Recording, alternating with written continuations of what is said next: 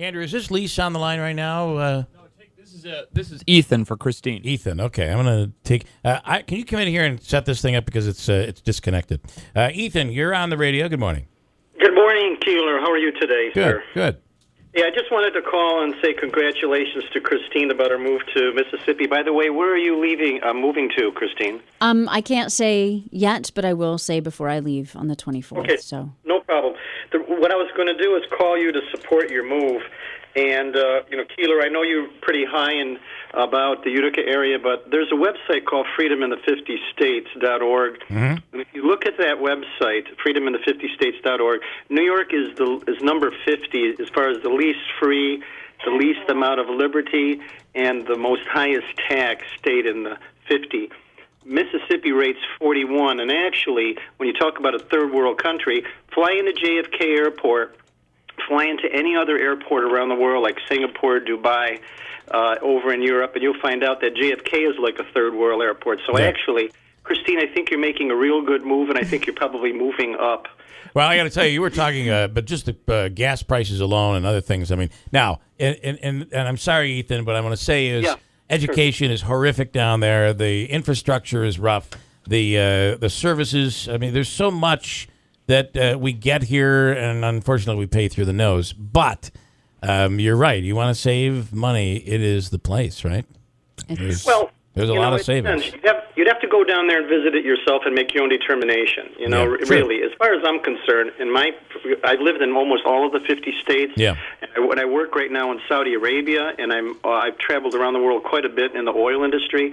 I think my personal point of view is that leaving New York State is really probably one of the best options for Ethan. I'm sure she'd be able to get a good position down there somewhere in radio. I got to tell you, why in the world would you want to leave this beautiful weather? I mean, 58 and thunderstorms today. I mean, it's just so it's so beautiful out there today. Ethan, can I quickly ask, why are you here then? If you have the opportunity, it was actually a mistake because of family, and I'm in the process of selling my house and moving out of the area. Yeah. Well, I grew up here, good memories, but the taxation, the property tax is too high. I mean, I got sales tax, I got state income tax. Well, I like to move someplace a little bit less expensive. Plus, as you get on in your later years, you don't really want to be spending out through the nose for all these different services, which I don't really support a lot of them. Well, you certainly don't benefit, especially not at all. At this point in your life. All right, Ethan, anyway, thanks so much. Congratulations, Christine, and I wish you the best, my friend. Thank you. Right. Thank you, Ethan. Either way, even if Mississippi is like the greatest state in the world, it's our loss, Ethan. It's a horrific loss for us here. Really rough. So y'all are going to forget I was even here. She's already doing the y'all thing. Y'all. 8:10. I know I have to break, but I think we have... Can I go to Lise Wheel? Because if I don't, we're going to lose her. Lise Wheel from Fox News on the line right now. Lise, good morning. Good morning. Good morning. All right, listen, I just lost my sheet. I have you here. Here it is. Okay, I'm good for you. I wasn't planning on taking you here, but I want to get you in. Topic 1. Lise, of course, each time she comes on, we discuss 3 legal topics from the week. And, of course, Lise Wheel from Fox News. Topic 1, gay custody fights, redefine legal parenthood. What in the hell is this one?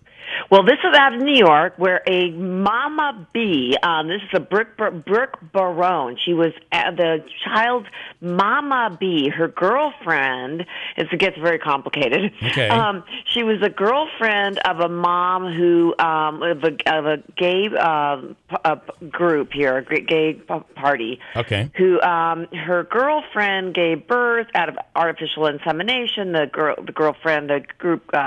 couple broke up. And the girlfriend said, look, I raised this child, even though I wasn't the woman who, gave birth to the child. Yeah. And I want, visitation rights. The woman who gave birth to the child said, no, we broke up. You weren't adopted parent. You didn't give birth to the child.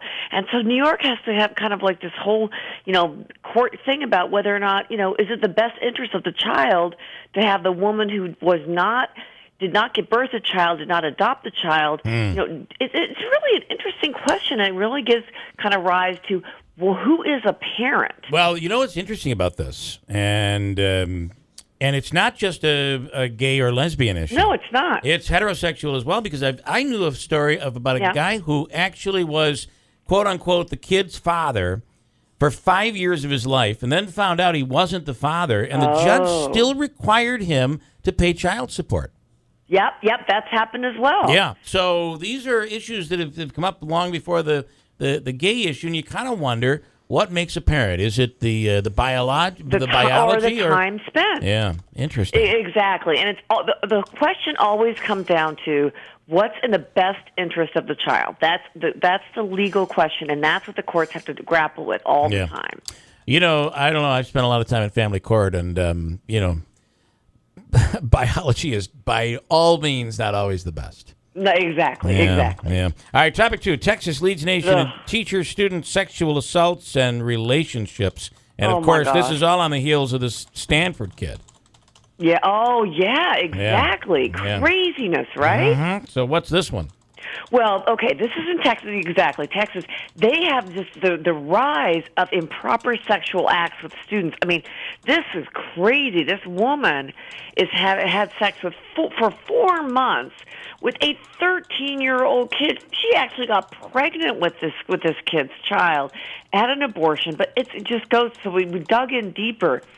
It's just rampant in Texas. Yeah. Like, what I tried to dig into is, why? Yeah. What is going on? This is I don't know. Why Texas? The answer is I have no clue. You know, and twice the amount of the nearest state other than Texas was Pennsylvania, which had like 45 cases versus 116 cases in Texas. And why? What is amazing about this one is I hate to say this, but there's a double standard. If this was a guy, exactly, Mrs. Robinson kind of thing. Yeah, I mean this. Why? This girl seems beautiful. Seems very beautiful. So we look at it differently. But why Texas? It's a really, I don't know. And the other thing is, the parents of the boy, who is now 14, are looking at child endangerment of the charges because they were fine with it. Yeah. Well, that's what she said.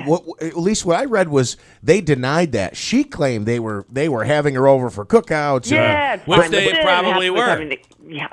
You know, they probably, just like the parents rely on a Boy Scout leader or a priest, right? Right. It's the same crap. I hate to say it. It's just different gender. All right, topic 3. Yep. North Carolina school system had this ban on skinny jeans, and they've reconsidered here.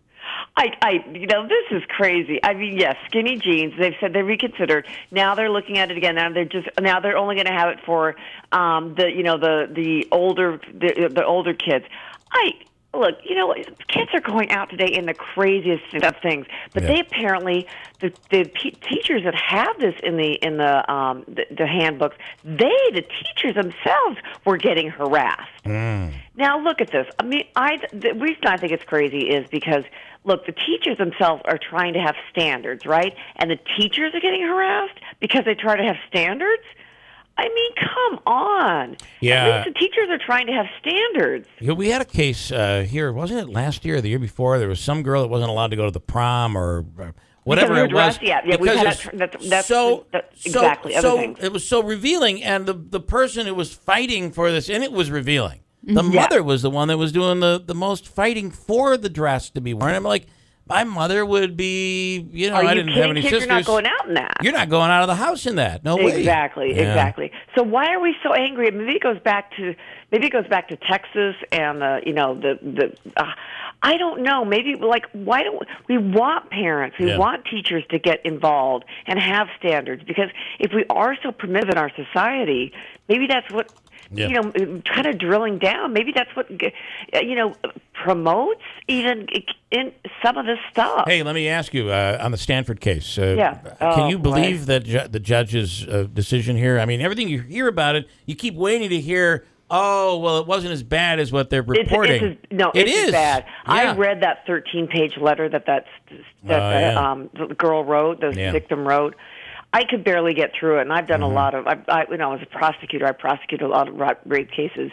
First of all, that girl wrote beautifully. I mean, it made me cry reading it. And no, it's as bad as it sounds. It really is. It's really bad. Just crazy. And Christine said, great interview on the Calvin Harris case. Oh, thank you so much. And the second part of the interview is going to air on next Monday. We cut it up into 2 interviews. That's that Binghamton murder case, and you'll be able to see that. All right, Lisa, as always, great stuff. Thanks so much. You got it. Thanks, guys. Talk to you next week. Lisa Wheel. Quick break, coming right back at WIBX.